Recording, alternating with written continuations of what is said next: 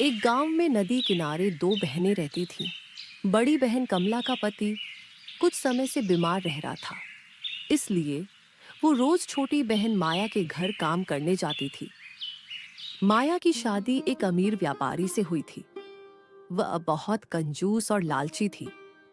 सुबह के समय कमला जल्दी जल्दी अपने घर का काम निपटा के अपनी छोटी बहन माया के घर की ओर निकलती है।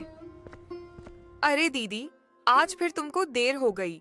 सुबह सुबह इतने बड़े घर का काम पड़ा रहता है और तुम आराम से घर में बैठी रहती हो। जल्दी आना चाहिए था। खैर, अब आ ही गई हो तो चलो, काम में लग जाओ। माफ करना बहन, मेरा मुन्ना रात भर रोता रहा पेट दर्द से, इसलिए देर हो गई। मैं जल्दी जल्दी सब काम कर दूंगी। ठीक है, चलो। पहले आंगन और बैठक अच्छे से झाड़ पोंछ दो। घर चमकना चाहिए। उसके बाद रसोई में जाकर सारे बर्तन मांज देना। और हाँ, काम ठीक से होना चाहिए। कमला तुरंत काम पर लग जाती है। सबसे पहले माया के घर का आंगन बैठक और सारे कमरों में झाड़ू पूछा करती है। वह एक एक कोना साफ करती है। फिर बर्तन मांजने बैठ जाती है। उधर माया आराम से बैठकर चाय पीती है। अच्छा, सुनो, सारे काम तो तुमने कर ही दिए हैं। अब ये ध्यान रखा है, इसमें से अच्छे अच्छे चावल चुनकर साफ कर दो। टूटा फूटा चावल और कचरा अलग कर देना। मेरे घर में सिर्फ बढ़िया चावल पकते हैं, समझी? और फिर जल्दी से रसोई में जाकर दोपहर का खाना बना देना। कमला चुपचाप बैठकर चावल साफ करती है। फिर रसोई में जाकर खाना बनाने लगती है। वो अपने मन में सोच रही होती है कि माया ने कहा था कि वो पैसे तो नहीं देगी, पर रोज के काम के बदले अनाज देगी। कमला सोच रही थी इन चावलों में से उसे भी थोड़ा मिलेगा। माया, जैसा तुमने कहा था, मैंने अच्छे चावल और टूटे हुए कंकड़ वाले चावल दोनों अलग अलग कर दिए हैं। तुम देख लो। सारे काम निपटाने के बाद कमला घर जाने लगती है। माया उसे रोकती है। रुको दीदी, ये लो, ये टूटे हुए चावल है। मेरे घर में इसे तो कोई खाता नहीं है, इसलिए तुम ही ले जाओ। तुम्हारे घर में तो ये आराम से सब खा लेंगे। माया टूटा फूटा टुकड़ों वाला थोड़ा सा चावल थैली में डालकर कमला को थमा देती है। कमला ने बिना कुछ कहे चावल लिया और घर की ओर चल पड़ी। आंखों में आंसू थे, मगर होठों पर एक भी शिकायत का शब्द नहीं आया, क्योंकि उसे पता था उसकी मजबूरी और गरीबी में ये चावल भी उसके लिए कीमती है। कमला घर जाकर वही चावल बनाकर अपने पति और बच्चे को खिलाती है। अगली सुबह फिर वही सिलसिला शुरू हुआ। सुबह के समय कमला दरवाजे पर दस्तक देती है। अरे दीदी, आज तो जल्दी आ गईं। अच्छा हुआ। सुनो, आज मुझे मछली खाने का बहुत मन है। तुम जल्दी से झाड़ू पोछा कर लो, बर्तन मांज लो और फिर रसोई में जाकर मछली बना देना। लेकिन हाँ, मसाला अच्छे से पीसना। मछली एकदम स्वादिष्ट होनी चाहिए। मेरे पति को मजेदार खाना चाहिए। ठीक है बहन, जैसा तुम कहो, मैं जल्दी से काम निपटाकर मछली बना देती हूँ। कमला चुपचाप झाड़ू पोछा करने लगी, फिर बर्तन मांजे और आखिर में बैठकर मछली पकाने लगी। वो आज भी मन ही मन सोच रही है, उसके बेटे मुन्ना को ये मछली बहुत पसंद है। कमला मसाले कूटती है, प्याज लहसुन छौंकती है, फिर मछली तलकर बड़ी मेहनत से ढेर सारी स्वादिष्ट करी बनाती है। घर महक उठता है। माया आकर देखती है। वाह, आज तो बहुत अच्छी खुशबू आ रही है। चलो, खाना बढ़िया बना है आज तो। उनको मजा आ जाएगा। तुमने तो आज बहुत मेहनत कर दी। माया और उसका पति आराम से बैठकर मछली खाते हैं। कमला की आंखों में एक आस झलक रही थी कि शायद आज उसे भी माया थोड़ी सी मछली देगी उसके बेटे के लिए। शाम के वक्त कमला अपना काम पूरा करके घर जाने लगती है। रुको दीदी, आज तुम्हारे लिए भी कुछ है। ये लो, कल रात का बचा हुआ चावल और सब्जी पड़ी थी। तुम ये अपने घर ले जाकर गरम करके खा लेना। कमला ने बिना कोई शिकायत किए बासी चावल और गली हुई सब्जी की थैली उठाई और अपने घर की ओर चल पड़ी। दिन पर दिन ऐसे ही गुजरते गए। कमला हर सुबह माया के घर काम करने जाती और लौटते वक्त माया कुछ न कुछ बासी या खराब खाना उसे देकर भेजती। सुनो दीदी, कल तुम जरा सुबह सुबह जल्दी आ जाना। मेरे पति को व्यापार में बहुत बड़ा लाभ हुआ है, इसलिए कल हमारे घर पूजा का बड़ा आयोजन होगा। बहुत सारे मेहमान आएंगे, ढेर सारी मिठाइयाँ और पकवान बनने हैं, समझी ना? मुझे तुम्हारी पूरी मदद चाहिए। ठीक है बहन, जैसे तुम कहो मैं कल सुबह जल्दी आ जाऊंगी। जो भी काम होगा पूरी मेहनत से करूंगी। अगली सुबह कमला जल्दी उठकर अपने घर का सारा काम निपटा कर जा रही थी। अचानक उसका बेटा घर के बाहर आ गया। माँ, आज तुम इतनी सुबह सुबह कहाँ जा रही हो? मौसी के घर तो तुम 8 बजे जाती हो, तो अभी कहाँ जा रही हो? और घर के सारे काम भी जल्दी खत्म कर दिए? क्या बात है माँ? बेटा, आज तेरी मौसी के घर बहुत बड़ा आयोजन हो रहा है। तेरे मौसा को व्यापार में बहुत लाभ हुआ है, इसलिए वहां पूजा रखी गई है। बहुत सारे मेहमान आएंगे और ढेर सारी मिठाइयाँ पकवान बनेंगे, इसीलिए मुझे आज जल्दी जाना पड़ रहा है। माँ, बहुत सारे लोग आ रहे हैं, तो मौसी ने मुझे भी तो बुलाया होगा ना? तुम मुझे लेकर क्यों नहीं जा रही हो? अरे बेटा, तेरे पिताजी की तबीयत ठीक नहीं है। अगर तू मेरे साथ चल जाएगा तो वो घर पर अकेले हो जाएंगे, इसलिए। ठीक है माँ, आज मौसी के घर मिठाइयाँ बन रही होंगी, वो हमारे लिए भी देगी ना। तुम लेकर आना माँ, मैं इंतजार करूँगा। तुम जल्दी आना। हाँ बेटा, बस तू अच्छे से रहना। मैं काम करके जल्दी लौट आऊंगी। और सुन बेटा, अपने पिताजी का ख्याल रखना। उनकी दवाइयाँ खिड़की के पास रखी हैं, उनको समय से दे देना। कमला अपने बेटे के सामने कैसे भी बहाना बनाकर चली गई। वो सोच रही थी कि उसकी बहन ने सारे गांव को निमंत्रण दिया, पर उसे एक भी बार नहीं बोला कि तुम अपने बेटे को भी साथ लेकर आना। माया के आंगन में चहल पहल थी। बड़ी बड़ी देगचियां चढ़ चुकी थीं। हलवाई बुलाए गए थे और तरह तरह के पकवानों की खुशबू पूरे घर में फैल रही थी। केसर बादाम वाली खीर, पूरी, कचौरी, पुलाव, मिठाइयां बन रही थी, मानो पूरा घर स्वाद की खुशबू से महक उठा हो। अरे, तुम आ गई तो अब जल्दी जल्दी काम निपटाओ। देख नहीं रही हो, हलवाई आ चुके हैं और पकवान बन रहे हैं। मुझे सारे बर्तन साफ चाहिए। वो कोने में जो पत्तल पड़ी हैं, उन्हें भी गिन कर रख दो। आज हमारे घर बहुत मेहमान आने वाले हैं, कोई कमी नहीं रहनी चाहिए। सबसे पहले तुम घर के बाहर झाड़ू लगाओ, फिर जहाँ पूजा होगी वहाँ झाड़ू पोछा करो, फिर पूरा घर साफ करना। ठीक है बहन, मैं सब कर दूंगी। तुम निश्चिंत रहो, तुम्हें आज शिकायत का कोई मौका नहीं मिलेगा। कमला जल्दी जल्दी सारे काम करने लगी। उसने एक एक कोना साफ किया। धीरे धीरे पूजा का समय भी आ पहुंचा। माया सजी धजी अपने पति के साथ पूजा के स्थान में आ बैठी। उसके चेहरे पर शान थी, सिर पर गहनों की चमक थी। गांव के सबसे बड़े पुजारी को बुलाया गया था। पूरे विधि विधान के साथ पूजा हो रही थी। सारे मेहमान भी वहीं बैठे थे। कुछ देर बाद पूजा समाप्त हुई। मेहमानों को बैठाकर पत्तल में भोजन परोसा गया। सारा गांव माया के छत में स्वादिष्ट भोजन का आनंद ले रहा था। खीर की खुशबू, मिठाइयों का स्वाद और पकवानों की रौनक चारों ओर छा गई। हर कोई स्वादिष्ट खाने का मजा ले रहा था।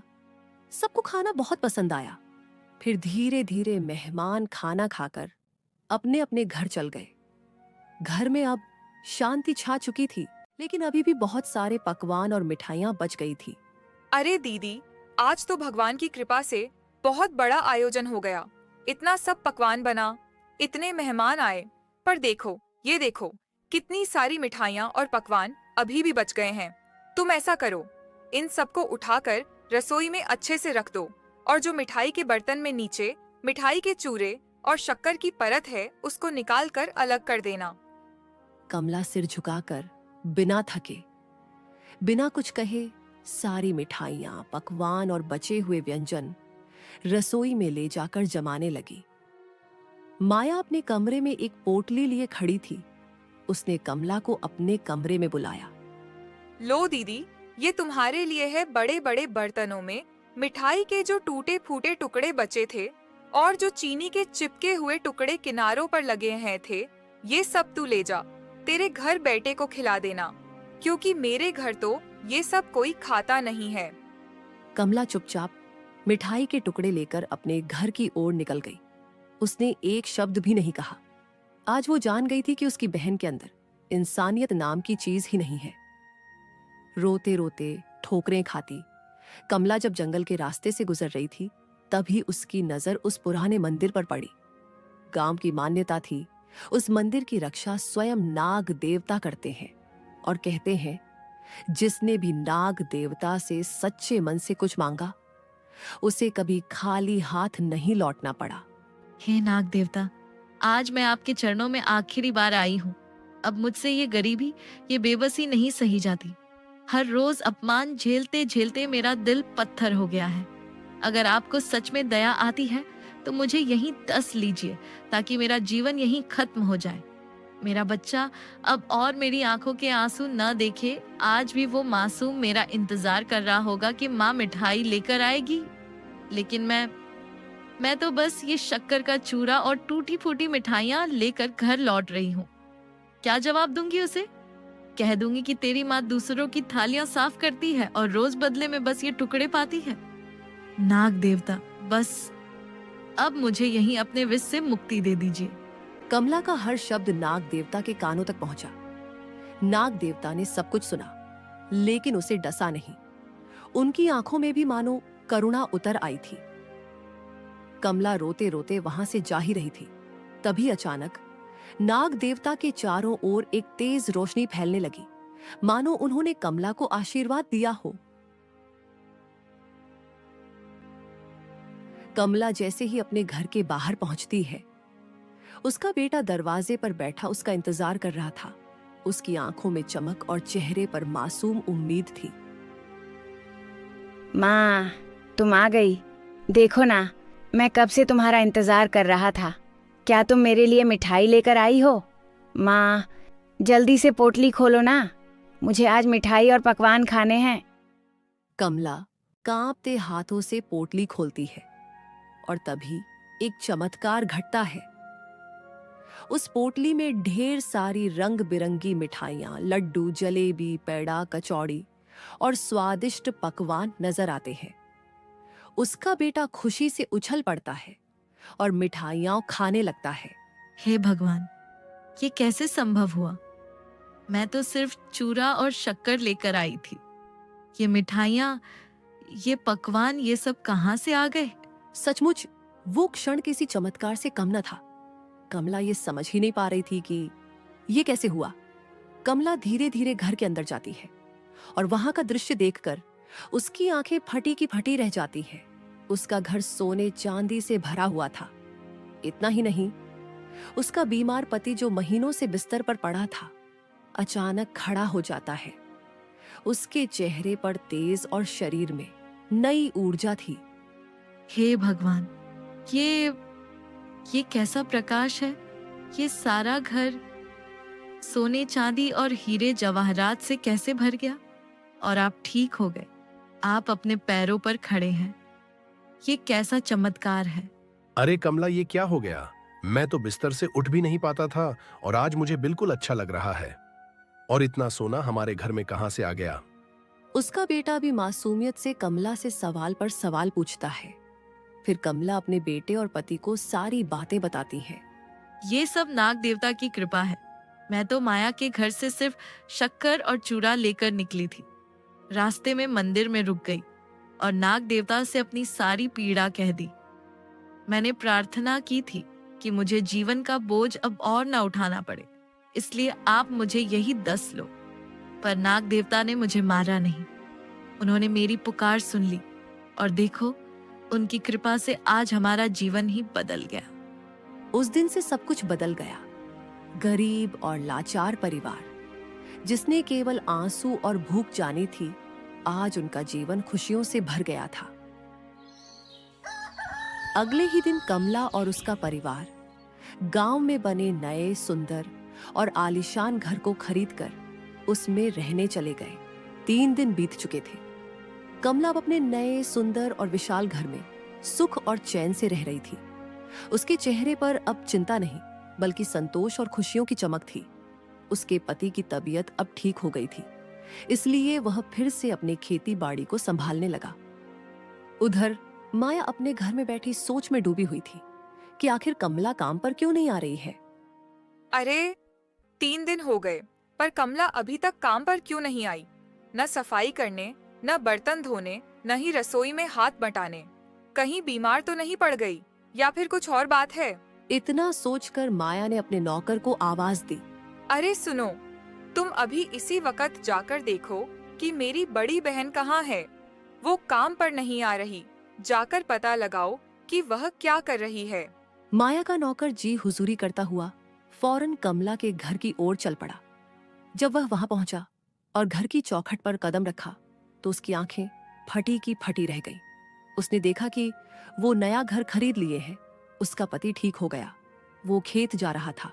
नौकर ने चुपके से घर में झांक कर देखा कि कमला इतने बड़े घर में आराम से अपने बेटे के साथ प्रसन्न मुद्रा में बैठी थी। हर तरफ सुख समृद्धि का सागर बह रहा था। हे भगवान, ये क्या देख रहा हूं मैं? कुछ दिन पहले तक तो इनका घर जर्जर हालत में था और अब तो मानो ये किसी राजा महाराजा के महल में रह रहे हों।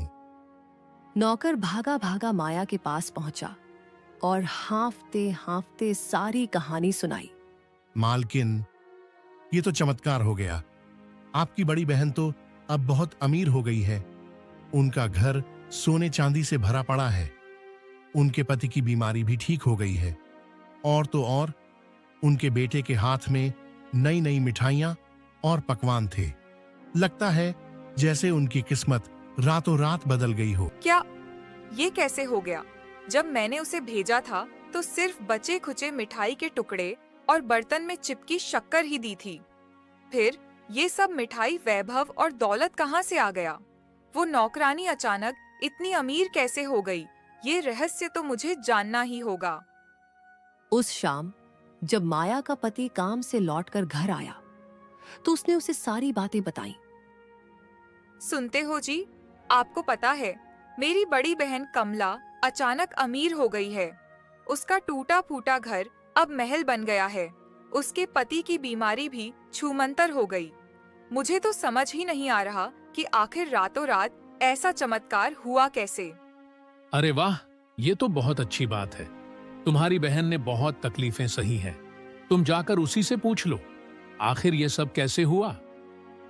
माया ने ठान लिया कि अब वह इस रहस्य से पर्दा उठाकर ही दम लेगी। वह उसी समय जल्दी से तैयार होकर कमला के घर की ओर निकल पड़ी। वहां पहुंचकर जब उसने महल जैसा घर देखा तो उसकी आंखें फटी की फटी रह गईं।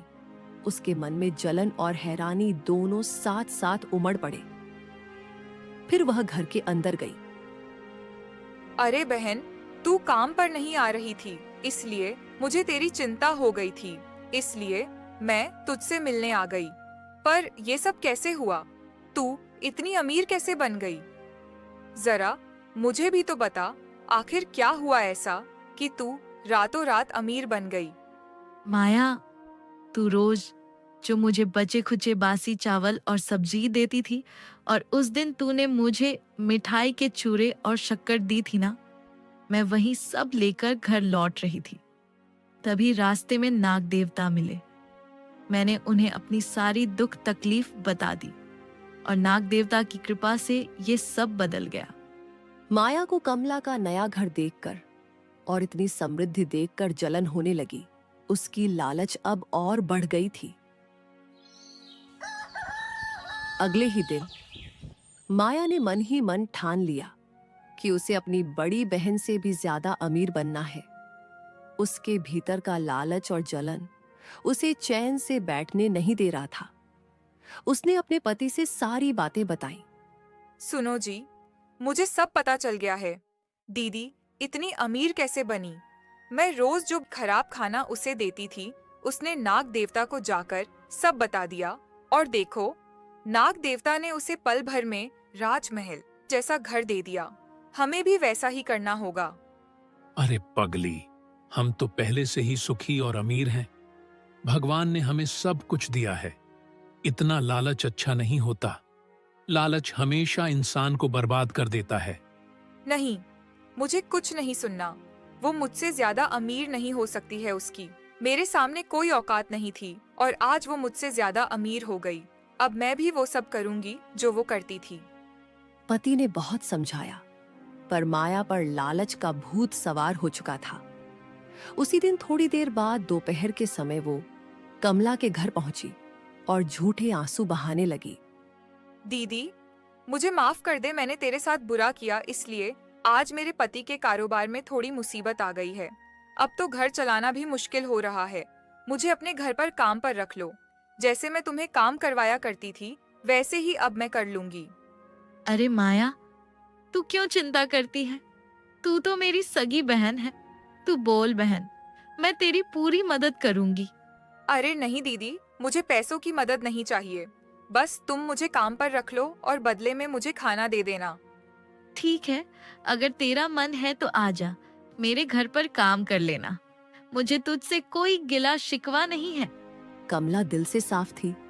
उसने अपनी छोटी बहन के झूठ को पहचान भी लिया, लेकिन फिर भी उसने कुछ नहीं कहा। उसने माया को अपने घर काम पर रख लिया। अगली सुबह माया कमला के घर पहुंच गई। मन में बस एक ही ख्वाहिश थी, किसी तरह वही चमत्कार दोहराया जाए और वो कमला से भी ज्यादा अमीर बन जाए। अरे माया, तू आ गई। आज घर में बहुत काम है। तू सफाई कर ले, मैं रसोई देख लेती हूँ।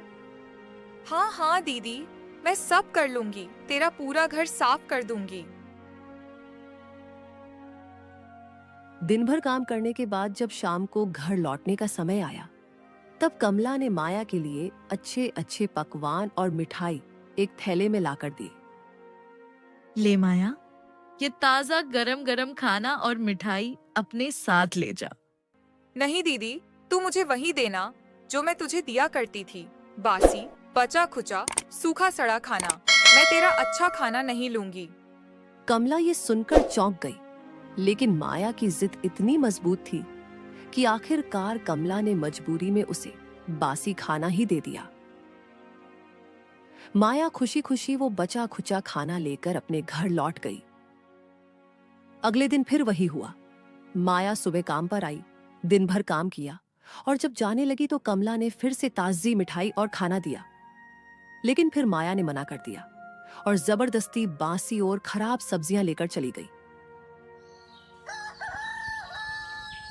दिन कटते गए। माया रोज काम पर आती और जाते वक्त रोज जबरदस्ती बासी खाना लेकर जाती। कमला सोच में पड़ गई थी कि आखिर माया ऐसा क्यों कर रही है। अब तो काफी दिन हो गए दीदी के घर काम करते करते। अब मुझे भी वही करना पड़ेगा जो उसने किया था। मैं आज ही मंदिर जाऊंगी और वहां जाकर नाग देवता से वही बोलूंगी जो दीदी ने कहा था। तब जाकर मैं उससे भी ज्यादा अमीर बनूंगी। बस यही सोचते सोचते माया के कदम तेज हो गए। उसका दिल लालच से भरा हुआ था। उसे अब न अपने पति की बात सुनाई दे रही थी, न ही अपने घर की चिंता थी। उसके मन में तो सिर्फ एक ही चाहत थी, दौलत, सोना, रुपया और शानो शौकत। और इसी चाहत से वो मंदिर की ओर गई। वहां पहुंचकर वह नाग देवता के सामने बहुत रोने लग गई। हे नाग देवता, मैं बहुत गरीब हूँ। मेरे जीवन में केवल दुख ही दुख है। मैं रोज अपनी बड़ी बहन के घर काम करने जाती हूँ, पर वो मुझे कभी ताजा खाना नहीं देती, हमेशा बासी ही थमा देती है। आज भी उसने मुझे वही बासी खाना दिया। हे नाग देवता, मैं अब बहुत दुखी हो चुकी हूँ। आप मुझे यहीं पर डस लीजिए ताकि मैं इस दुखी जीवन से छुटकारा पा सकूं। अचानक मंदिर के भीतर गूंजती हुई एक भारी आवाज सुनाई देती है। अरे मूर्ख स्त्री, तू लालच में अंधी हो चुकी है। तेरे दिल में अपनी ही बड़ी बहन के लिए जलन भरी हुई है। मुझे सब पता है। तुझे रोज तेरी बहन ताजा और अच्छा खाना ही देती थी, लेकिन तूने जानबूझकर उससे रोज बासी खाना मांगा। मुझे सब पता है। नहीं नाग देवता, ऐसा नहीं है, मैं सच बोल रही हूँ। झूठ मत बोल माया, तूने अपनी बहन से ईर्ष्या की, झूठ बोला और अब लालच में आकर मुझसे मौत की भीख मांग रही है। तो ठीक है, तेरी इच्छा मैं पूरी करता हूं। तू चाहती है कि मैं तुझे 10 लूं, तो ठीक है। मुझे माफ कर दीजिए नाग देवता, आप सच कह रहे हैं। मैं लालच में अंधी हो गई थी। मुझे मत काटिए नाग देवता। ठीक है, मैं तुझे नहीं काटूंगा, पर तेरे लालच का फल आज तुझे मिलकर ही रहेगी। जा, मैं तुझे श्राप देता हूँ, तेरे आलीशान घर एक झोपड़ी में बदल जाए। तेरे घर का पूरा सोना, चांदी, हीरा, मोती, धन दौलत सब ईंट पत्थर में बदल जाए। तू मेरे सामने गरीब बनकर आई थी ना, अब कुदरत तुझे बताएगी असली गरीबी क्या होती है। माया भागती भागती रोते हुए अपने घर की ओर जाती है। उसके मन में हजारों ख्याल आ रहे हैं। वो जैसे ही अपने घर के पास पहुंची, उसकी आंखों से आंसू थमने का नाम नहीं ले रहे थे। उसका घर एक झोपड़ी में बदल गया। उसने देखा कि उसके घर के सारे हीरे जेवरात ईंट पत्थर में बदल गए। अरे माया, ये सब कैसे हुआ? हमारा घर इस झोपड़ी में कैसे बदल गया? मुझे कुछ समझ नहीं आ रहा। बताओ, क्या किया है तुमने? माया ने रोते रोते अपने पति को सारी बातें बताई। मैंने कहा था ना, माया लालच मत करो। आज तुम्हारी लालची सोच के कारण मेरे जीवन भर की मेहनत मिट्टी में मिल गई। तुम्हें पता भी है कि मैंने कितनी मेहनत की है अपनी जिंदगी में। पता नहीं क्या पाप किया था मैंने, जो तुम जैसी लालची औरत से मेरी शादी हुई। माया के लालच की वजह से उसका ऐशो आराम, धन दौलत और पति का प्यार सब छीन गया। इस तरह लालच और जलन में अंधी हुई माया ने अपने ही हाथों अपनी जिंदगी बर्बाद कर ली।